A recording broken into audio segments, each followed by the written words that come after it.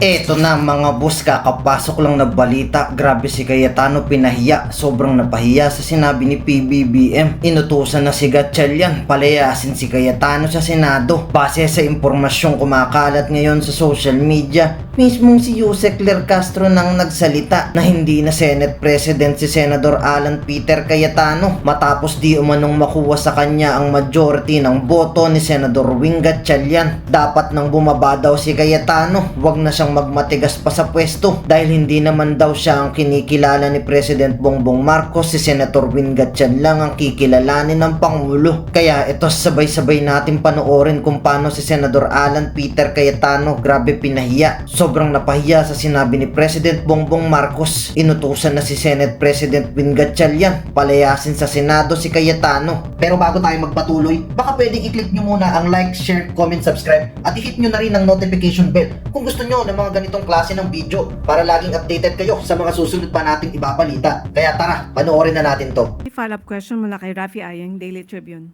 So ma'am, kasi parang nalilito na ang ating taong bayan. So sa pananaw ng palasyo, sino ang dapat sundin? Ang Gatchalian Wing o ang Cayetano Wing? Kasasabi ko lang, ang kinikilala ng palasyo ay ang liderato ni Acting Senate President Sherwin Gatchalian. So does that mean At ito'y base sa Avellino versus Cuenco case. At ito rin ang ginawa sa panahon ni Senator Franklin Drilon noong 2015. So tayo naman ay umaayon lamang din sa jurisprudence, sa batas at sa rule of law.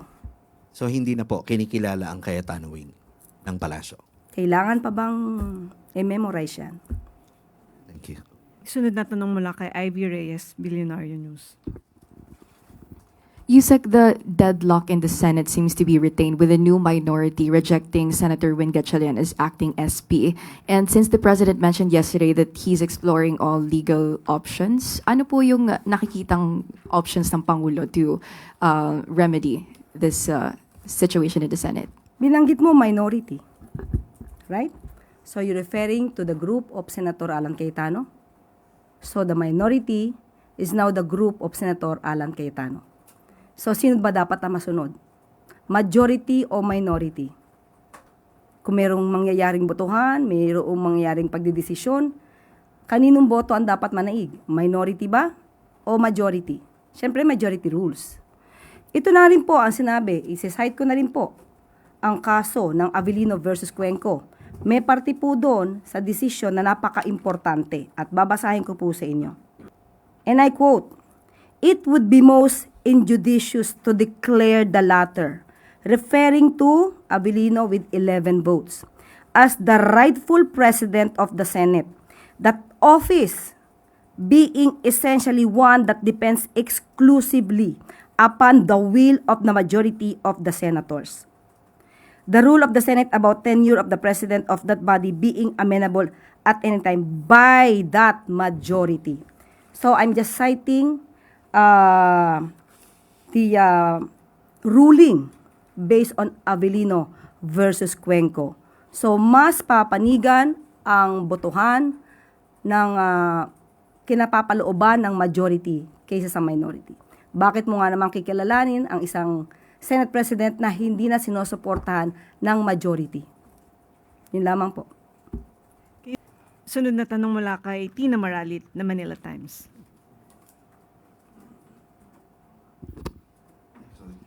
Ma'am, good afternoon. Ma'am, how confident is the President that the Senate will no longer be in disarray following the leadership change, given that senators from the quote-unquote old majority refuse to recognize the constitutionality of the process and they refuse to yield? Mahirap magsalita sa ngayon, mahirap magbigay ng anumang pronouncement kung papaano sila titigil. Ang tanging mensahe na maibibigay ng palasyo, ang kinikilala ng acting Senate President ay si Senator Sherwin Gatchalian. Ma'am, on slightly off-topic follow-up. Kanina po nabanggit ninyo na hindi nagiging maganda ang reputasyon ng Pilipinas sa labas ng bansa. Sa tingin po ba ng palasyo, nakaapekto ito in the failed bid of the Philippines to secure a non-permanent seat in the UN Security Council, given that no less than the President campaigned for this? Yes, lahat ng political noise, lahat ng political tensions, nakakaapekto ito. At ito ang nakikita ng buong bayan at buong mundo sa impression dito sa Pilipinas. So, nagiging negatibo dahil sa mga ingay na ito, na karamihan naman ay mga obstructionist katulad ng pag-describe ng Pangulo sa huling kapihan with the media. Salamat po. Sunod na tanong, Harley Valbuena, IBC 13.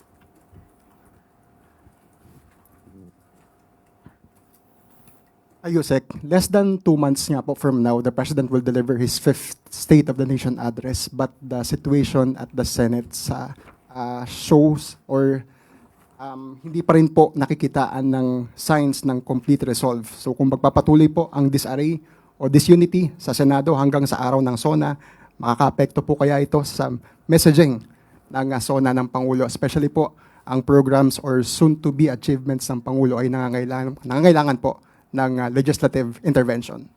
Maaari maapektuhan pero ang Pangulo po ay tutok pa rin sa kanyang mga adhikain, sa kanyang mga nais na i-push na mga bills para sa taong bayan.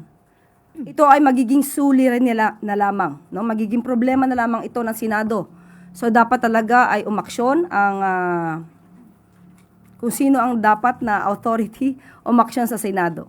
So sa ngayon sinasabing po natin, ang kinikilala po natin ay ang pamumuno ni Acting Senate President Sherwin Gatchalian.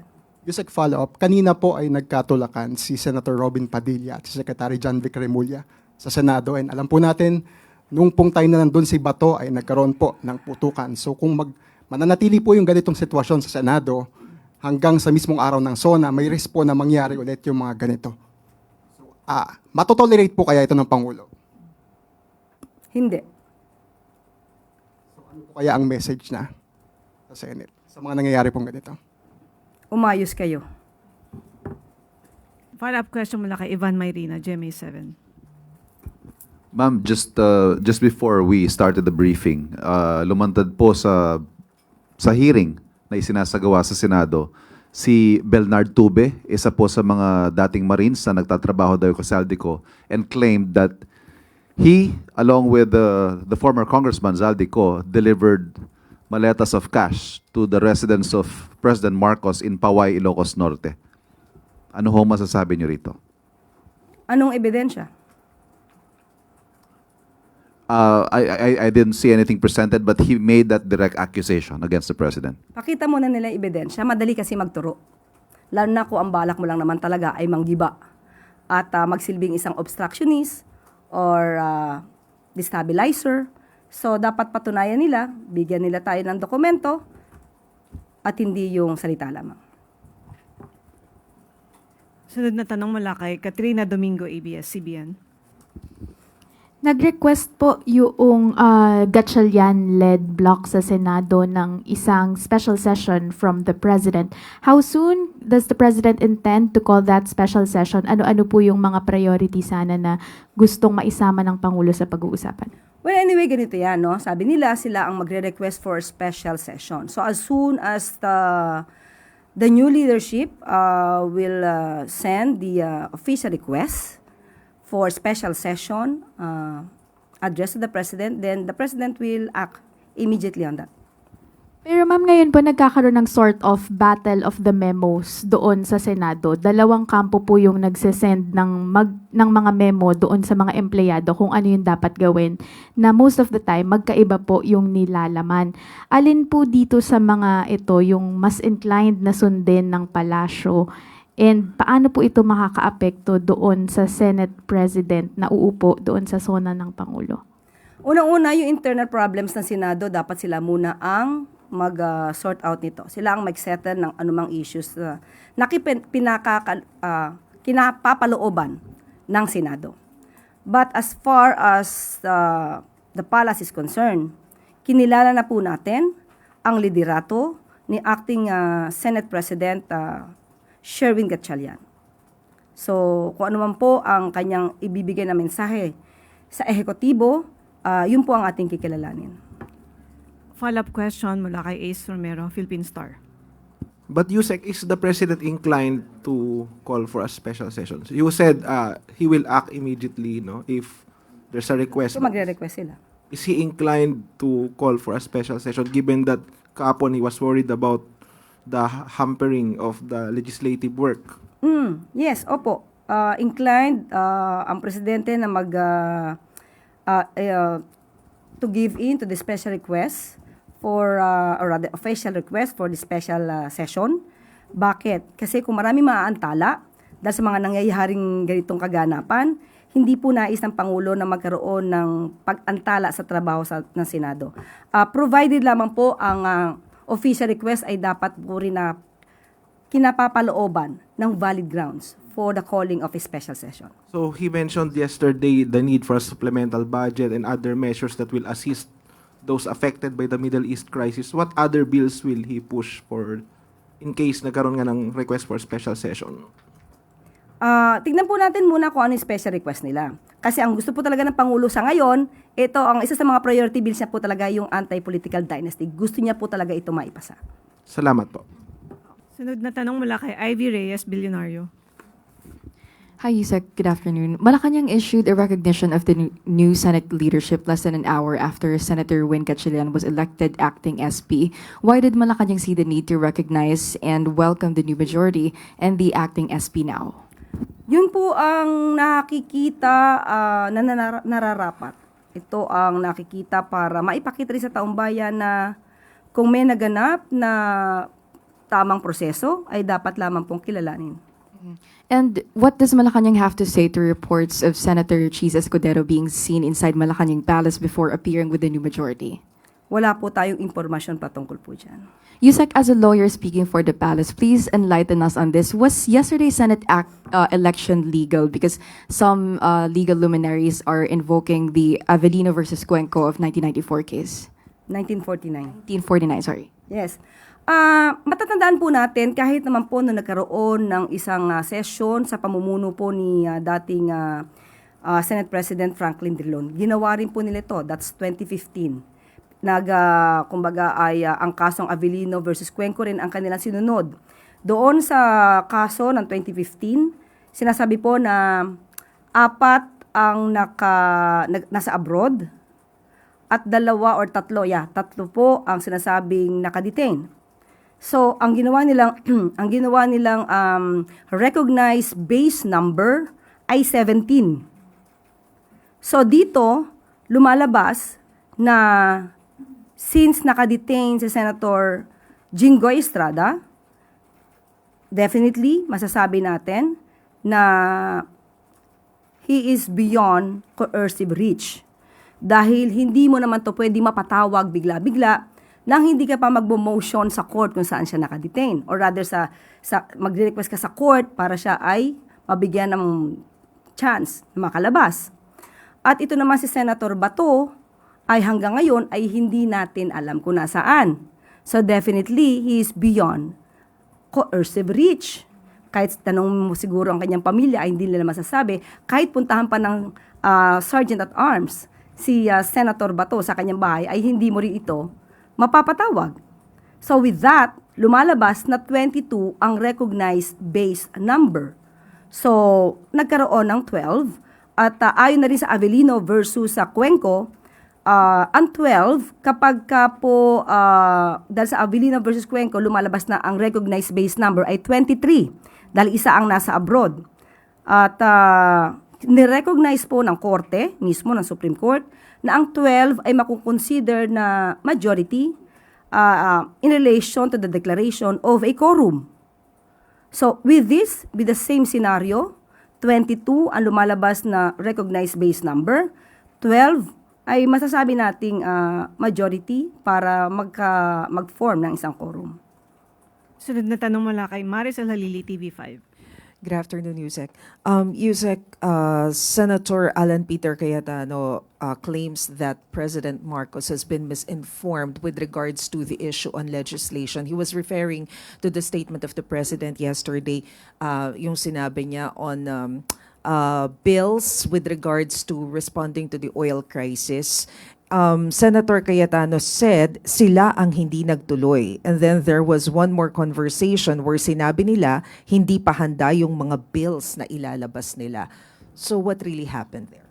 Ang ibinigay sa ating impormasyon as early as May or May 6 or 7, yung Senate at ang House of Representatives or House Leadership, sinabi nila at nag-agree sila na i-move yung calendar to a later date para ma-prepare nila ang kanilang mga legislative priorities.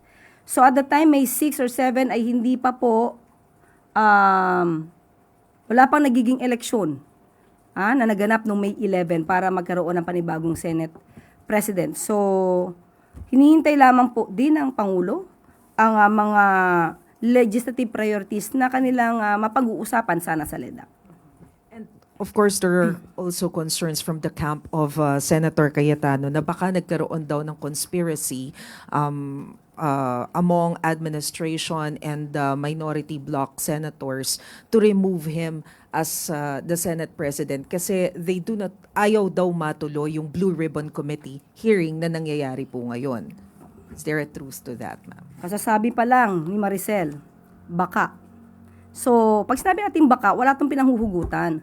Mahirap po kasi na lahat na madidinig natin ngayon ay puro intriga, walang basihan. Dapat maging responsable lahat tayo sa pagbibigay ng impormasyon sa ating mga kababayan. Kasi mas lalo itong nagpapagulo, lalo itong nagpapaingay, at alam naman natin ang mga political tensions nakakaapekto hindi lamang sa isang tao, sa dalawang tao, kundi buong bansa, pati ekonomiya apektado. Dahil hindi nagiging maganda ang reputasyon ng Pilipinas sa ibang bansa o sa buong mundo dahil sa nakikitang ingay na ito. So, huwag tayong magpadalos-dalos, maging mapanuri mismo tayong lahat. Hindi lahat ng nangyayari or rather hindi lahat ng sinasabi ng isang political servant or public servant ay totoo na. So, dapat mayroong pinangahawakang resibo at ebidensya. Yusek, good morning. Kahapon po, nag-adjourn na po ang first regular session ng 20th Congress at kabilang po sa mga naging accomplishment ay yung pagpasa po ng anti-political dynasty bill. Nabanggit po kasi ng palasyo na nais ng Pangulo ang best version ng anti-political dynasty bill. Ngayong approve na po ito sa House of Representatives na nagbabawal sa magkakamag-anak hanggang second degree of consanguinity o affinity. Sapat na ba ang version na ito para sa Pangulo o may mga particular na provision po siyang nais makita bago niya ito pirmahan? May version ang House of Representatives, may magiging version din po ang Senado. So, titignan po ng Pangulo dahil pag ito po ay naipasa na at napakita na po sa Pangulo, ay titiyakin po na ito ay isa sa magiging priority bills. Dahil ito po talaga ang nais ng Pangulo na sa kanyang pamumuno ay maipasa ang anti-political dynasty bill. Ma'am, follow up. May mga kritiko kasing nagsasabi na baka daw mavito o hindi mapirmahan ang batas dahil mismong pamilya ng Pangulo ang may mahabang kasaysayan sa politika. So ano po ang katiyakan na lalagdaan ito ng Pangulo kapag tuluyan na pong nakapasa sa magkabilang Kongreso? Makikita niyo naman po talaga ang ibang mga tao na lamang magbigay ng negatibo sa Pangulo. Ang Pangulo nga po ang nagsabi na unahin ito. Nung nagkaroon ng pagpupulong ang LEDAC, yan po ang tinutukan ng Pangulo. Kinausap niya po mismo, nandoon si Secretary or rather Senator Riza Ontiveros at nagulat po siya at sinabi po ng Pangulo na tutukan po ito at nais pong maipasa ito sa kanyang termino. Sunod na tanong mula kay Rafi Ayeng, Daily Tribune. Good morning, ma'am. Ma'am, sa patuloy na gulo ng politika sa bansa, tila na isasantabi nga yung mga problema. Gaya ng mga OFWs na nasa piitan. Patuloy po ang pakiusap at panawagan ng pamilya ng 3 Pilipinong seaman na nakakulong at naghihintay ng kanilang sentensya sa Algeria. at may mga nakapila naman sa death row sa Saudi Arabia. Ano po ang nagawa ng OWA at DFA na patungkol dito? At ano po ang assurance ng palasyo para sa kanilang pamilya at sa ilan na nakapiit na Pilipino sa ibang bansa? Ayon na rin po sa utos ng Pangulo, ang DMW, pati na po ang DFA, ay ginagawa lahat ng paraan sa mga kababayan natin na nasasangkot sa mga kaso. At ayon na rin sa DMW, ito po ang kanilang ulat patungkol po do sa ating mga kababayan na nagkaroon ng kaso dito sa Algeria. Ito po ang kanilang mga mensahe. Number 1, the case of the remaining 3 Filipino seafarers in Algeria involving several kilograms of cocaine is still pending resolution in the court of Algeria. The DMW, together with the DFA, has provided the services of counsel for all 3 seafarers. The lawyers successfully worked on the dismissal of the case of 5 out of the 8 seafarers who were accused. The 3 remaining seafarers had their sentences reduced and are awaiting the results of the appeal. The DMW has arranged for the compassionate visits of the families of the seafarers during their detention and provided financial assistance to those who have been repatriated. The ship owner has been providing continuous remittances to the families during the period of their detention. The DMW is continuously monitoring the status of the case, and the Philippine government respects the judicial process of the People's Republic or People's Democratic Republic of Algeria as it pursues all legal avenues to protect the rights of its Filipino nationals who are currently detained. So yan po ang pinakahuling ulat po ng DMW. Follow up lang, wala po bang chance yung government-to-government approach? Ito po ay may kinalaman sa mga kaso. So, sabi nga po natin, ang gobyerno po natin ay gumagalang din po sa proseso. Thank you. Sunod na tanong mula kay Samuel Medinilla, Business Mirror. Good afternoon. Ma'am, itatanong lang po namin kung ano po yung napag-usapan sa meeting ni President Marcos with DOE officials last Tuesday. Opo, mahaba-haba po ang kanilang naging diskusyon at nag-ulat din po ang DOE. Napag-usapan nila po ay ang patungkol sa power supply and grid conditions in Luzon and the Visayas. So, the directive is to fix or normalize the situation the soonest possible time. At napag-usapan din po ang Catanduanes power situation and stockpiling project. So, marami pong pinag-utos ang Pangulo. Unang-una po ay dapat po na mapagawa o mabuild ang new power plants to increase increase energy production, to expand the transmission network and implement interventions to address problems delaying the construction of submarine cables and transmission lines. At sa lahat po na maaaring maging sitwasyon dahil sa di umanong issue sa power situation, ang utos po ng Pangulo ay mabilis ang aksyon at tignan din po kung ano po ang status ng mga proyekto at trabaho po ng NGCP. Ma'am, follow up lang po. Doon po sa in-order ni Pangulo na pag-construct ng mga bagong power plants, ilan po yung nabigay niyang na power plants na kailangan i-prioritize po? Yan lang po muna ang pinag-utos ng Pangulo at titignan po natin ang pinaka-latest kung ano ang maire-report po ng DOE ni Secretary Sharon Garin. So, marami pa pong ibinili ng Pangulo. Nandito pa rin po. Ibinili niya po na dapat ang ERC ay mag-conduct ng performance review of the NGCP and ensure that it completes all its deliverables. So, yung iba pong mga detalye sa mga numero po ay ibibigay ko po sa inyo once po na nabigay sa atin ang pinakadetalye mula kay Secretary Sharon Garin.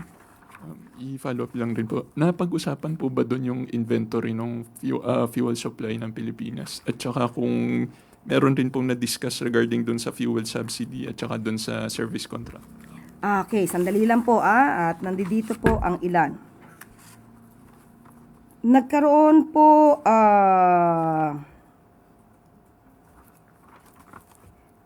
Meron po napag-usapan tungkol sa improving the transmission system, accelerating the development of renewable energy.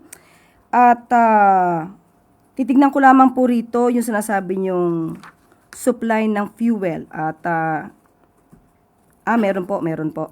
Meron po napag-usapan dito tungkol sa as of May 29, 2026, the country has about 46 days worth of the fuel reserves. Sunod na tanong mula kay Hannah Sancho, SMNI.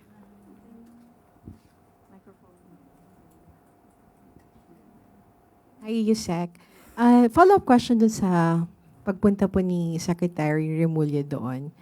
Aware po ba yung Pangulo or was there an instruction from the President to the DILG Secretary kung bakit nandoon po siya sa premises ng Senate and tila hinaharang po niya yung pagpasok ng mga senators who were guiding the ex-Marines inside the premises of the Senate po? Sa ngayon, wala tayong alam sa buong pangyayari. Mahirap mag-speculate. So, tignan na lamang po natin kung anong buong naging kaganapan dyan, ba't nagkaroon ng ganong kaguluhan. But categorically po, wala naman pong balak ang Pangulo na harangin po yung mga Marines, Attorney Levy Baligod na makapasok sa Senate and for the Blue Ribbon Committee na i-conduct po yung hearing. Hindi po trabaho ng Pangulo ang mangharang ninuman. So, huwag magbigay ng ganyang klaseng impresyon. Okay, wala nang tanong mula sa Malacanang Press Corps. Dumako tayo sa regional media. Questions po mula sa Eastern Visayas through the Philippine Information Agency. Kay Ruel Amazona ng RMN Tacloban. With concerns over low functional literacy among Filipino students and the transition to a 3-quarter school year, what are the administration's priority interventions this school year to improve learning outcomes? How will these efforts be measured to ensure that learners are catching up on foundational reading, writing, and comprehension skills? Opo, ito po ay nakarating kay Secretary Sani Angara at kunin na rin po natin ang kanyang mensahe patungkol po dyan. Ayon po kay Sani Angara, yung first year ng implementation ng Aral Law with a focus on reading, which showed good results in terms of, number 1, improving reading levels of students. Number 2, yung kailangan pa na remediation, pinasok sa Aral Summer Programs, which just finished last week. May 100 poor municipalities na tinututukan ng BBM o Bawat Bayan Makakabasa program. And according to him, we measure progress at beginning of school year in middle and end to track progress of learners. And we also have achievement tests at certain levels. So yan po, tutok po si Secretary Sani Angara, na-promote ko na agad. Okay? Good luck. Ayan po, tutok po ang ating Secretary Sani Angara sa mga mag-aaral po natin. Huling katanungan po galing kay Jake Pagipo ng Bombo Radio Tacloban. Maraming pamilya sa Eastern Visayas ang patuloy na nahihirapang makakuha ng agarang serbisyong medikal dahil sa kakulangan ng pasilidad, espesyalista at mataas na gastusin sa pagpapagamot. Paano tinutugunan ng administrasyon ang mga hamong ito? At ano po ang maaasahan ng mga mamamayan upang masigurong walang maiiwan pagdating sa karapatang makapagpagamot at manatiling malusog? Alam naman po natin, ang isa sa priority ng Pangulo ay ang health, ang kalusugan ng ating mga kababayan. Kaya nga nandyan po yung zero balance billing, bukas, ang pagtaas ng coverage ng PhilHealth. So, pero ito po ay ayon na rin po sa DOH. Isa po ang rehiyon ng Eastern Visayas sa mga nabisita na ng ating Pangulong Marcos Jr. kung saan nakita nila si Secretary Ted Herbosa ng DOH na nagpapatupad ng zero balance billing. Ang DOH Eastern Visayas Medical Center sa Tacloban City ang nangungunang malaking ospital ng gobyerno na kumpleto ang pasilidad, espesyalista at gamot na libre laban para sa basic na libre lahat para sa basic o ward accommodation ayon na rin to sa utos ng Pangulo. Nagtatag na rin noong 2024 ng 2 bagong urgent care and ambulatory services o BUCAS Center sa Eastern Visayas, isa sa Tolosa, Leyte at isa pa sa Villaba, Leyte. Mula noon hanggang ngayon ay napupuntahan ito ng ating mga kababayan para sa agarang serbisyong medikal na hindi naman kailangan ipasok pa sa ospital. So, bukas data on Eastern Visayas, meron na pong 3. All managed by Eastern Visayas Medical Center. Patients served since implementation ay 25,070 na ating mga kababayan. At ang top services rendered ay mental health, hypertension management, maternal and child health services. At sa Eastern Visayas, may patients served 37,502 at ang total cost ay 1,496,723,808.78 at ongoing pa po ang validation. So tandaan po natin, may 3 na pong bukas sa Katarman, Northern Samar.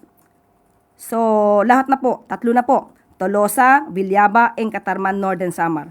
Ang bukas center. Wala na pong katanungan, balik sa iyo, si Claire. Ngayon, kayo bilang Pilipino, ano ang masasabi nyo at reaksyon sa balitang ito? Mag-iwan kayo ng komento sa ibaba at atin niyang babasahin isa-isa.